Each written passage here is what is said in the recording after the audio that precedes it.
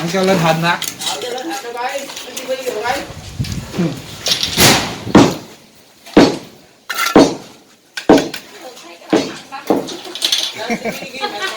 Đẩy vào cái bản mặt đâu mà lộn đó ra. bây giờ có mặt ra, mặt ra người làm cái đèn thầu tôi nói ủa sao cái tay của cái người Tùy cảnh. Chết ông ba rồi. Chết, chẳng là chết.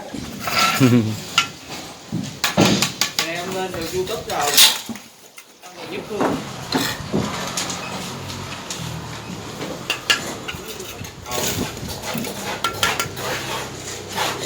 Ông đang quay gì ông bỏ bay luôn, đủ chơi hốt hộ bằng tay, xe bằng tay mới sợ.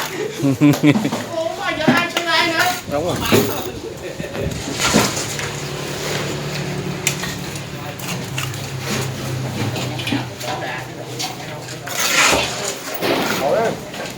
Từ đang sức.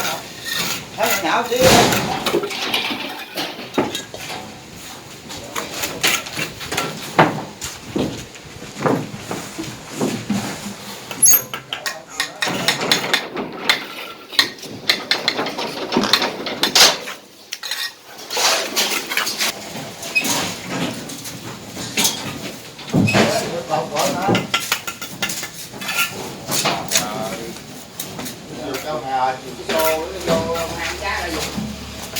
Con có chuột đại